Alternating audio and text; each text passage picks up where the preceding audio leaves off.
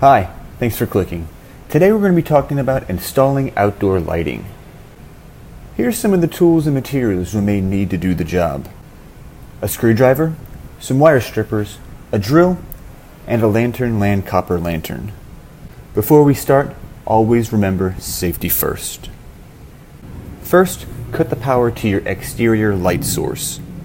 Once you've done that, remove your existing light fixture and look at your junction box. You should have two electrical cables, one white wire, neutral, and a colored wire, which would be hot. Next, let's secure the mounting bracket. Follow the instructions with your new fixture, and let's keep the wires out of the way. Use the supplied screws to attach the bracket to the existing mounting points. Now, let's make the connection. The back of your new lantern has a hot wire, a neutral wire, as well as a ground wire.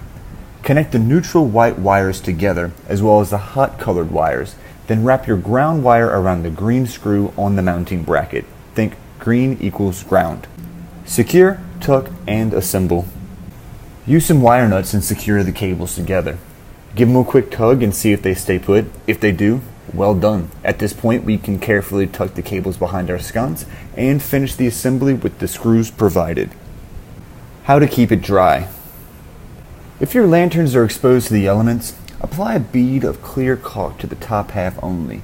This allows the moisture between your house and the lantern to escape out the bottom. Turn your power back on. And now congratulate yourself, because not only have you given your home's exterior a mini facelift, but you've successfully tackled your own light installation. For more information, please visit us at lanternland.com.